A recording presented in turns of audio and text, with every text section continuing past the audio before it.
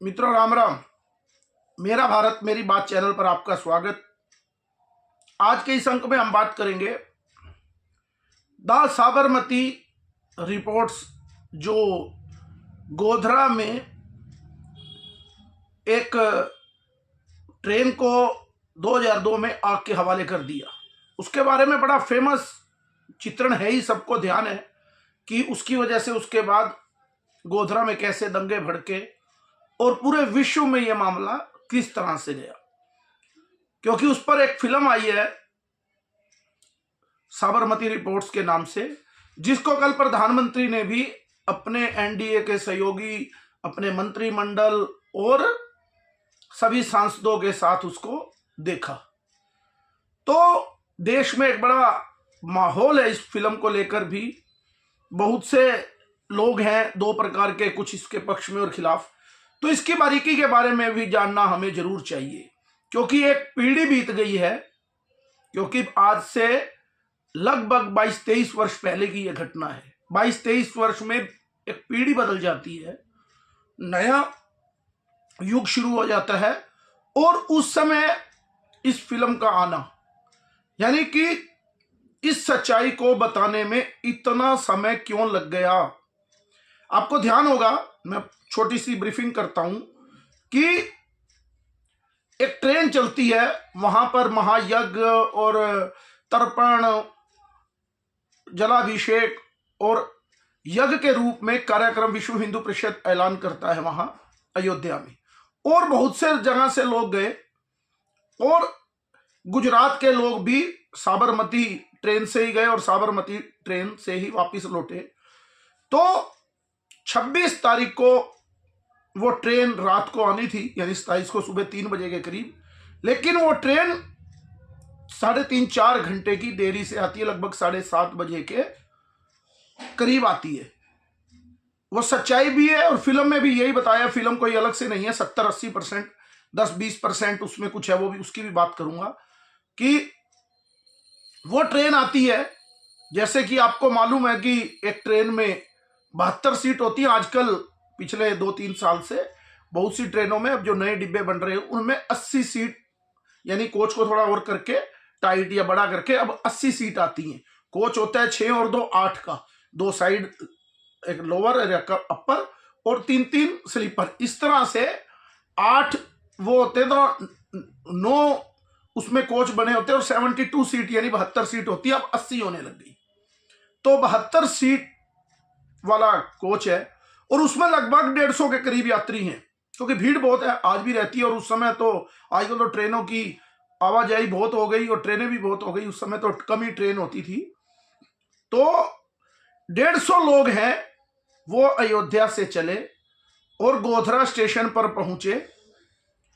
जैसे ही गोधरा स्टेशन से पे उतरे, कुछ हाथापाई हुई और वो ट्रेन आगे चली 500 मीटर। आपने देखा होगा कि ट्रेन पर जाते हुए चाहे किसी तरफ अप की तरफ जाओ या डाउन की तरफ, तो केबिन, पूर्व केबिन और पश्चिम केबिन, ऐसा कुछ एक कमरा बना होता है आधा किलोमीटर के करीब दूर हर स्टेशन से। तो वहां चैन खींची गई और वहां पर S6 और S7 में आग लगा दी गई और S6 डिब्बा पूरी तरह जलकर खाक हो गया और 59 कार सेवकों की मौत हो गई। उसमें 20 बच्चे थे और 2-3 बच्चे तो केवल 2-2.5 वर्ष के ही थे। यानी इतना बड़ा जीनोसाइड कर दिया गया। लेकिन उसकी चर्चा क्या हुई, उसी पे ही आते हैं बारीकी से। जब यह घटना हुई, पूरी तरह जला दिया गया, तो उसी समय एक आयोग बनाया गया, शाह आयोग के नाम से। लेकिन बहुत से लोगों ने कहा कि ये बीजेपी समर्थित व्यक्ति है, जबकि वो हाईकोर्ट के जस्टिस थे। तो वो सुप्रीम कोर्ट में गए, तो सुप्रीम कोर्ट ने अपनी निगरानी में एक आयोग बनाया, नानावटी आयोग। सुप्रीम कोर्ट के रिटायर्ड जज को सुप्रीम कोर्ट ने ही वो आयोग बनाया और वो उसकी जांच कर रहा था। इतने में आपको पता है कि साबरमती के बाद दंगे हुए, वो विषय अलग नहीं, क्योंकि बात विषय है इस फिल्म को लेकर जो आई है और गोधरा का सच। आपको यह भी पता है कि जब दंगे हुए तो उसका नाम दिया गया गोधरा कांड। भाई गोधरा में दंगे हो गए, गुजरात में जो दंगे हुए। लेकिन दंगे क्यों हुए? उस ट्रेन में जो 59 कार सेवक जलकर आहूत हुए, उनके बारे में किसी को कोई चिंता नहीं। पूरे विश्व में एक बात फैलाई गई कि नरेंद्र मोदी ने गुजरात में दंगे करवा दिए और सबने मिलकर उस साबरमती एक्सप्रेस का सच छुपाने का प्रयास किया। वो आयोग बना, आयोग अभी काम कर रहा था। इतने में 2004 में सरकार बदल गई और मनमोहन सिंह सोनिया गांधी की सरकार बन गई, जिसमें लालू प्रसाद यादव रेल मंत्री बने। उसी समय उन्होंने भी एक समानांतर आयोग गठित कर दिया जिसका नाम था यूसी बनर्जी आयोग। यूसी बनर्जी आयोग ने 4 ही महीने में रिपोर्ट दे दी और कहा कि ये कोई भी हमला नहीं था, किसी प्रकार का कोई साजिश नहीं थी। ये क्या हुआ? ये ट्रेन में अंदर ही आग लगी। कुछ लोग भोजन बना रहे थे सुबह सुबह स्टोव पर और आग लगी और डिब्बा जलकर खाक हो गया। कमाल की बात है। और आग भी कह रहे वो जला रहे थे, एक आदमी ने सिगरेट लगा रखी थी। यानी कि एक स्टोव में ज्यादा से ज्यादा आधा 1 लीटर ही पेट्रोल वो आता है, केरोसिन। तो उससे इतने बड़े डिब्बे में आग पकड़ गई।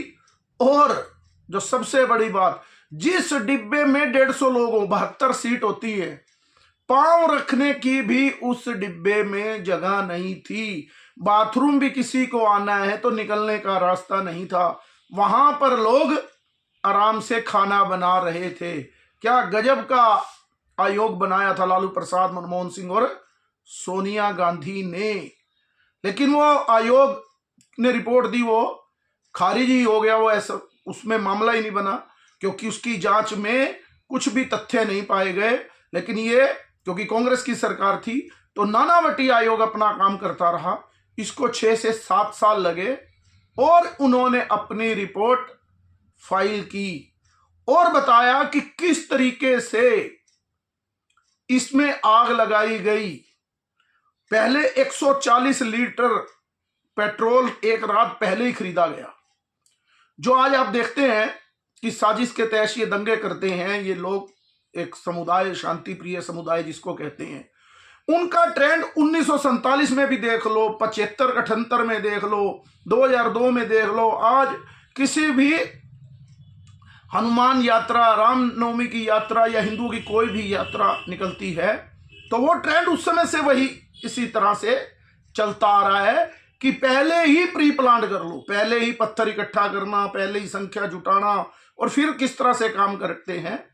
क्या किया उन्होंने? पेट्रोल खरीद कर रख लिया और सुबह ये तो भगवान की ऐसी करनी हुई कि ट्रेन 3.5 घंटे देरी से थी।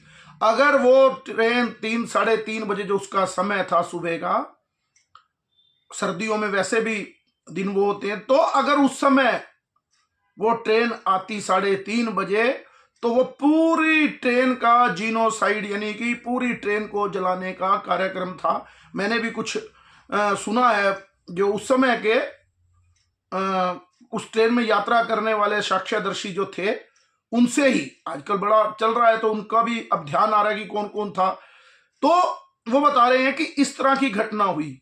जैसे ही ट्रेन स्टेशन पर रुकी, थोड़ा झगड़ा हुआ, ट्रेन आगे 5 मिनट बाद चली और जैसे ही उस, क्योंकि स्टेशन के ऊपर ऐसा बड़ा घटनाक्रम वो नहीं कर सकते थे, पुलिस फोर्स भी होती है और भी है तो, लेकिन जैसे ही ट्रेन 500 मीटर आगे गई, आपने देखा होगा स्टेशन से आगे कई पटरी होती है, वो कैबिन बना था, उसके पास जाकर इसको ट्रेन की चैन को खींचा गया और ट्रेन की चैन को खींचने के बाद अंदर घुसकर उसमें पहले पेट्रोल डाल दिया और बाहर से फिर बाहर निकलकर आग लगा दी ताकि वो बाहर ना निकले, तो बाहर से बंद कर दी। आप फिल्म देखे, मैंने वो फिल्म भी देखी है, उस फिल्म में दिखाया है, लेकिन वो सच्चाई है क्योंकि फिल्म बनी है जो आयोग ने अपनी रिपोर्ट दिया और जो उस समय के साक्ष्य थे उनके अनुसार, जो वहां लोग थे उनके बयानों के आधार पर ही ये रिपोर्ट बनी और उसके बाद ये केस चला और उसमें 11 लोगों को फांसी की सजा दी गई और 22-23 लोगों को उम्र कैद की सजा दी और हाई कोर्ट ने उस फांसी की सजा को उम्र कैद की सजा में बदल दिया। यानी वो साक्ष्य पूरी तरह मौजूद हैं, उनको सजा भी हो गई है, केवल इधर उधर की बात नहीं। तो मेरे कहने का मतलब उस तरह से उनको कितनी बर्बरता से जला दिया गया, वही ट्रेंड वहां से लेकर आज तक चल रहा है। आयोग बना और उन्होंने रिपोर्ट दी, 10 साल यूपीए की सरकार थी, क्या होना जाना था आपको भी पता है। तो 2017-18 में उनको सजा हुई और अब फिल्म बनाई किसी ने, क्योंकि ट्रेंड बदल रहा है। और फिल्म भी मैं तो हैरान हूं, जो सास बहू का झगड़ा करवाती है, हमारे संस्कारों में पूरी तरह भारतीय संस्कारों को तोड़ फोड़ करने का काम कर रही है एकता कपूर, ये फिल्म भी उसी ने बनाई है, तो उस पर भी आऊंगा। तो कहने का मतलब एक ये फिल्म बनी और जो सच्चे घटनाक्रम उस समय हुआ था उसके ऊपर एक ये फिल्म बना दी गई। और इस फिल्म में भी जैसे कहते हैं कि कितना भय था इन बनाने वालों को। विक्रांत मैसी का आप जिस जो हीरो हैं इस फिल्म के उनको सुनोगे, उन्होंने कल संन्यास की भी घोषणा की। उन्होंने कहा कि मुझे मारने की धमकी दी गई और मेरे घर वालों ने भी इस फिल्म को करने से पहले मना किया कि यह बड़ा रिस्की काम है। यानी उनके ऊपर इतना टॉर्चर किया गया, क्या हालत हुई होगी फिल्म बनाने वाले की। यह तो तब स्थिति है जब देश का राजा एक हिंदू राजा बैठा है। ये गलती से ऐसा राजा ना हो तो पहले भी फिल्म नहीं आई, आगे सबकी फिल्म दूसरे ढंग की ही बनाकर, फिल्म का मतलब एक फोटो टांग कर सबके घरों पे ही टंगी होगी आने वाले समय में, अगर यही परिस्थितियां रहती तो। लेकिन कितना बड़ा तरीके से उनको टॉर्चर करने का प्रयास किया। आज भी जैसे ही वो फिल्म आई तो उसके विरोध में एक इकोसिस्टम ने काम, जो असली बात है कि उस समय भी वही इकोसिस्टम था और आज भी वही इकोसिस्टम ने काम करना शुरू कर दिया। क्या काम किया उस इकोसिस्टम ने? इनको ही राक्षस बताना, झूठी बात बताना। तीसरी चौथी फिल्म आई है ये, पहले कश्मीर को लेकर आई थी, केरला के बारे में आई थी, केरला फाइल्स, कश्मीर के दंगों के ऊपर 1990 वालों पर फिल्म आई। अब ये फिल्म आई तो एकदम से चरमराहट हो गई कि ये सच्चाई क्यों बताई जा रही है। तो अपना इकोसिस्टम कामयाब होना शुरू हो गया, अपने काम में लगना शुरू हो गया। और इतना दबाव फिल्म बनाने वाले पहले ही कोई पता था इनको भी, इसलिए इन्होंने भी फिल्म में कुछ ऐसे दृश्य दिखाए जो मेरा अनुभव है। ठीक है, टैक्स फ्री की मोदी जी ने भी देखी, बहुत अच्छी फिल्म है, मैंने भी देखी है, लेकिन उसमें एक दो सीन फिर से वही इकोसिस्टम के भय के कारण हो सकता है ऐसे डाले गए। एक सीन है उसमें कि जो मुखिया है आग लगाने वाला, उसको ये पत्रकार जो उस समय कह रहे हैं कि नहीं, कि केवल एक व्यक्ति की वजह से, आपकी वजह से ये हो गया, हिंदू मुसलमान तो एक रहते हैं लेकिन आपकी वजह से ये काम हो रहा है। फिर एक सीन है जिसमें पाकिस्तान के मैच जीतने के ऊपर जब पाकिस्तान जीतता दिख रहा है तो वो लोग नाच रहे हैं, तो बड़ी हैरानी है कि ऐसा कैसे हो सकता है। उन्होंने कहा ऐसा ही होता है, लेकिन फिर दिखाया कुछ बच्चे आ रहे हैं और वो भारत जीत गया जब वो मैच रिवर्स करके, तो बड़ी खुशी मना रहे, कह रहे मेरा भारत बदल रहा है। नहीं, वो बच्चे उस समय दिखाए हैं, वो 5, 7, 10 साल के बच्चे हैं, 8 साल के, आज वो 30-32 साल के हो गए होंगे। आज भी वही स्थिति है। इन इलाकों में जब भारत हारता है तो खुशियां मनाई जाती हैं और जब भारत जीतता है तो मातम मनाया जाता है।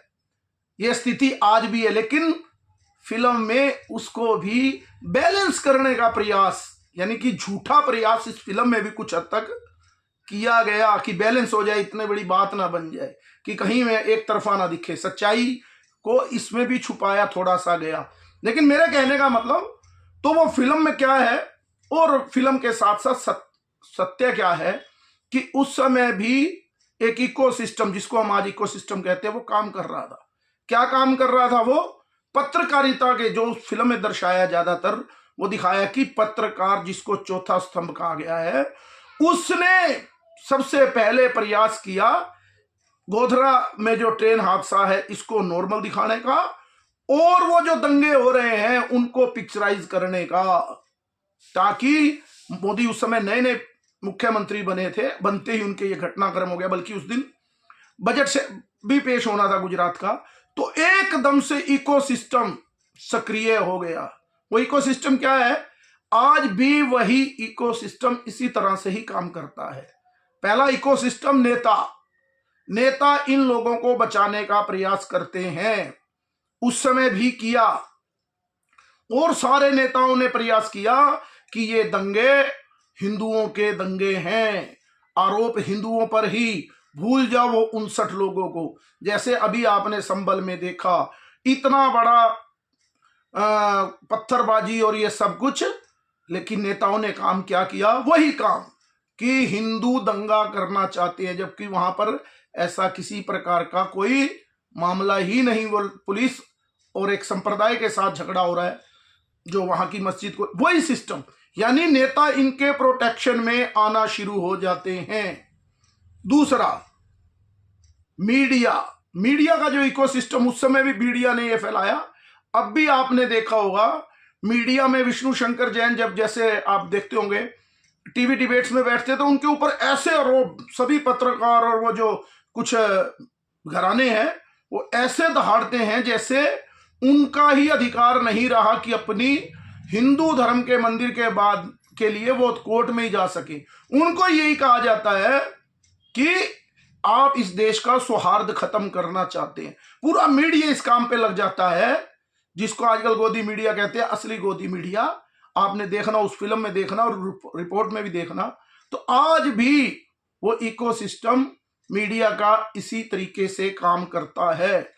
तीसरा, कोर्ट के अंदर बड़े बड़े वकील जिनकी फीस 1, 2, 4, 5 करोड़ रुपए रहती है पेशी की, वो एकदम से, चाहे वो कपिल सिब्बल हो, अभिषेक मनु सिंघवी हो, प्रशांत भूषण जैसे वकील हो, वो उनको हर समय उपलब्ध होते हैं। आपने अयोध्या मामले में देखा होगा कि किस तरह से दीपक मिश्रा जब चीफ जस्टिस थे, उनको धमकाया जा रहा था कि अभी फैसला नहीं देना, चुनाव होने हैं, तो किस तरह से ये काम किया जाता है। उसके बाद तरुण गोगोई ने फैसला दिया, लेकिन पहले उनकी क्या स्थिति थी, चलो वो विषय नहीं है। तो एक इकोसिस्टम कोर्ट में भी इनका तैयार रहता है। बड़े से बड़े आप लोग अमीर होंगे, एक सिविल कोर्ट में और हाई कोर्ट में जाने में पसीना छूट जाता है, सुप्रीम कोर्ट में 1 घंटे से पहले इनकी याचिका लग जाती है और उस पर सुनवाई भी हो जाती है। एक इतना बड़ा इकोसिस्टम इनका खड़ा है। चौथा, एक सिस्टम कॉलेज यूनिवर्सिटियों में, छात्रों में भी इनका अपने आप काम करता है। अब आप कहेंगे 10 साल हो गए नरेंद्र मोदी की सरकार को, तो ये इकोसिस्टम अभी तक खत्म क्यों नहीं हो रहा? क्योंकि बहुत पुराने गड्ढे हैं, धीरे धीरे भरेंगे। लेकिन इस मामले में भी मुझे भी लगता है कि अब बहुत हो गया, इतनी देरी नहीं होनी चाहिए। क्योंकि मेरे पास भी साक्ष्य के साथ बता रहा हूं, हरियाणा की कुछ कई यूनिवर्सिटियों को, क्योंकि 1-2 सेमिनार जो इन छोटे छोटे करते हैं ये मैंने भी देखा है। एक यूनिवर्सिटी में किस तरह से दिल्ली से प्रोफेसर आते हैं, पीछे जब सीए का मामला आ रहा था, या भी 2 मामले और आ रहे थे, तो किस तरह से वो पैसा भी लेते हैं, रजिस्ट्रार और वीसी को भी सेट रखते हैं, और पैसा लेकर जेहानियत में बच्चों की ये भरते हैं कि सनातन धर्म बिल्कुल बेकार धर्म है और इस देश में मुसलमानों के साथ अत्याचार होता है। मोदी को गाली निकालेंगे, पूरी भाजपा को गाली निकालेंगे, सनातन को गाली निकालेंगे, और सरकार भाजपा की होने के बावजूद मैं भी हैरान होता हूं कई बार कि ये रजिस्ट्रार वीसी, क्योंकि राहुल गांधी और तो आरोप लगाते हैं कि सब संघ काम कर रहा है, लेकिन इनकी नियुक्तियां कौन लोग कर जाते हैं, क्योंकि मानवीय प्रवृत्ति है, वो किसके लेन देन से करते हैं या क्या मामला आता है। बहुत सी यूनिवर्सिटियों में आज भी बड़े बड़े प्रोफेसर और वाइस चांसलर और रजिस्ट्रार, इतना उनका इकोसिस्टम है, जोन सी भी वो, चाहे वो हिंदूवादी सरकार है, उसमें भी वो घुसकर अपनी नियुक्ति करवाते हैं, और फिर धीरे धीरे शुरू में उनके पास जाएंगे और धीरे धीरे धीरे धीरे अपना एजेंडा स्थापित करते हैं। ये है इनका इकोसिस्टम। ये मैं खुद अपने साक्ष्य के साथ दे सकता हूं कि कौन कौन प्रोफेसर आते हैं यूनिवर्सिटियों में। कईयों को तो मैं भी जानता हूं कि किस तरह से आकर वो हमारे साथियों के अंदर जहर भरते हैं, हमारे आने वाली पीढ़ियों के अंदर। तो इस तरह का एक इकोसिस्टम तब भी था, आज भी है और आगे भी रहने वाला है।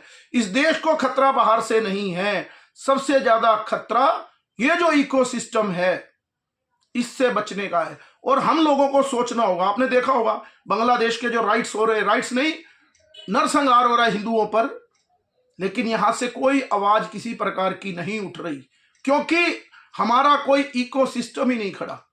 अब कुछ व्यक्ति, कुछ संत इस समाज में निकले हैं, यात्राएं निकाल रहे हैं, बागेश्वर बाबा है और भी बहुत से संत हैं हर क्षेत्र, क्योंकि महाराष्ट्र चुनाव की जीत का सबसे बड़ा मुझे लगता है उसमें जो कारण है, वहां के जो छोटे छोटे संतों के जो संप्रदाय हैं उन्होंने भाजपा के लिए मेहनत की है।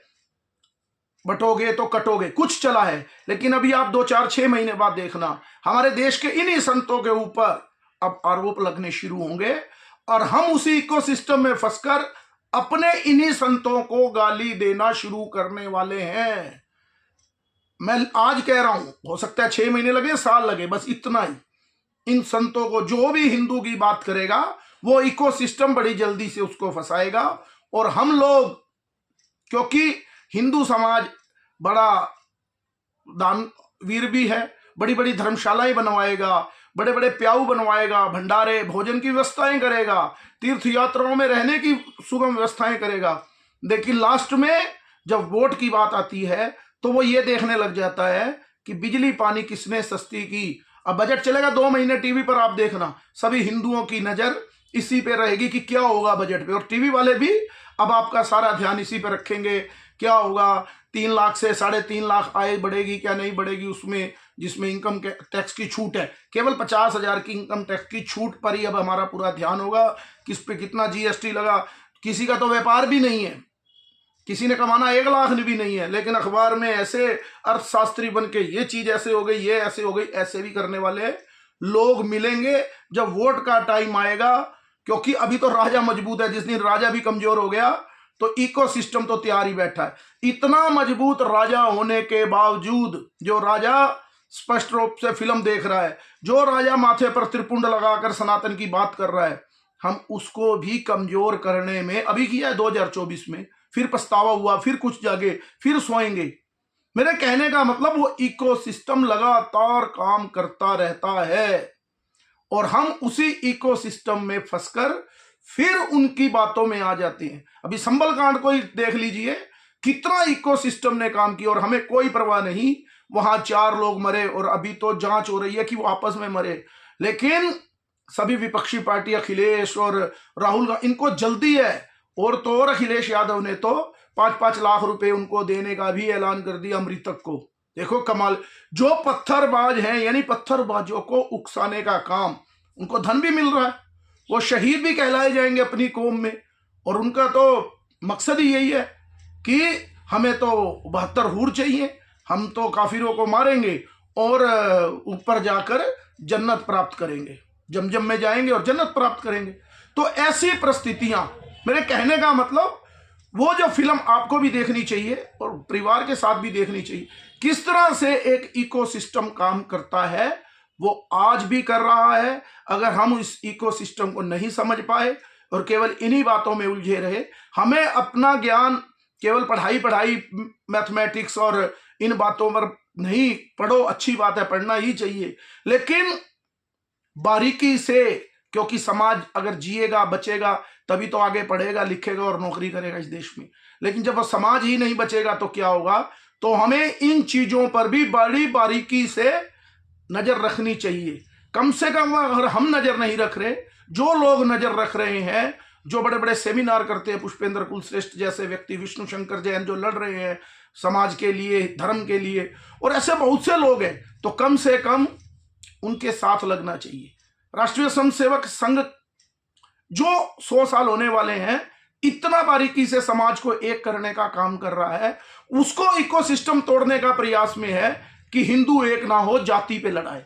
संघ करता है हिंदू एक हो, लेकिन वो जातियों पे। तो हमें इस बात को बड़े अंदर गहराई तक सोचना ही होगा कि हम अपने बच्चों को किस ओर ले जाना चाहते हैं और हम खुद किस ओर ले जाना चाहते हैं।